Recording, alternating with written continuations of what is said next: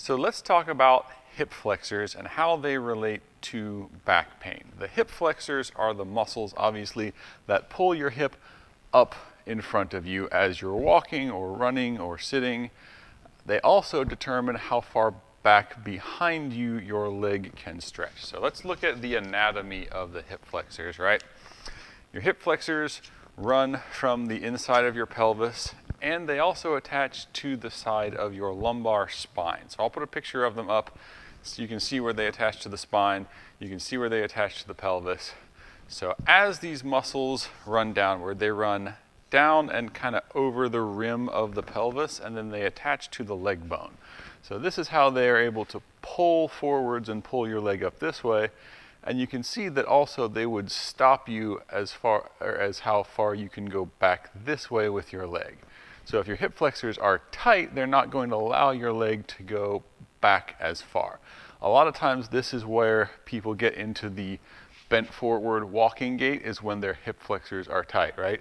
Normally, I step forward, my leg goes back behind me, my hip flexor stretches out. If it stops me early because it's tight, I'm not going to be able to take a full step, so I'm walking like this. I get all bent over, and because that muscle is pulling directly up through this way, every time I try to take a step forward, that tension crosses up through my pelvis and it pulls directly on my spine. So this is why tight hip flexors can cause back pain, because they attach right to the spine. Hip flexors get tight a lot of the times because of the positions that we spend time in. So if I'm spending a lot of time sitting where my hips are in this bent forward position and I don't stretch much, or especially if I sleep on my side, right, and I'm in this bent forward position all night long, every night, then my hip flexors are going to slowly tighten and keep me from standing up straight and keep me from stepping back and stepping up, standing up straight and taking a step behind me. So when people have tight hip flexors and they have back pain, a lot of times these people tell me, I don't want to lay down flat because it hurts, right? It hurts because it's stretching that muscle and it's pulling on what's tight, but stretching and lying down flat are exactly what you need in that circumstance, because you've gotten in this position because those muscles are tight. So stretching them is necessary. Leaving yourself in this bent position all night is exactly what makes it tight. Let's also talk about hip flexors and the SI or sacroiliac joint. So the sacroiliac joint is this joint here. That's part of where the spine attaches to the pelvis. So spine comes down here, it sits on the sacrum.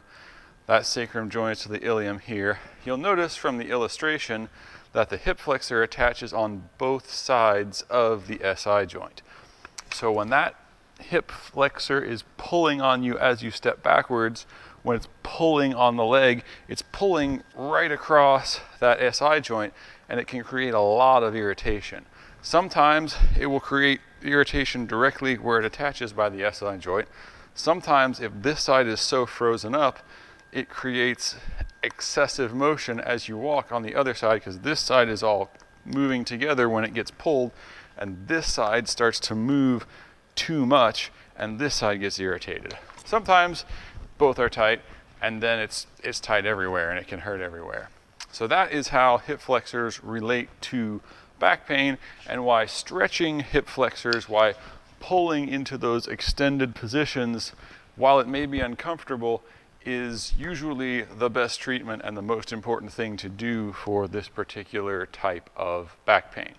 SI joint pain is a bit more complicated. There are a lot of muscles that support the SI joint and that are supposed to provide tension to that joint. The hip flexors are one of them. There's also multiple back muscles, even the glute muscles, the stomach muscles that encircle the abdomen, the hip muscles that attach below here. All of those provide some degree of stability to the SI joint. So if the hip flexors are tight and the rest of those muscles are weak, then you won't have the stability that you need, and you'll have pain and irritation in the SI joint.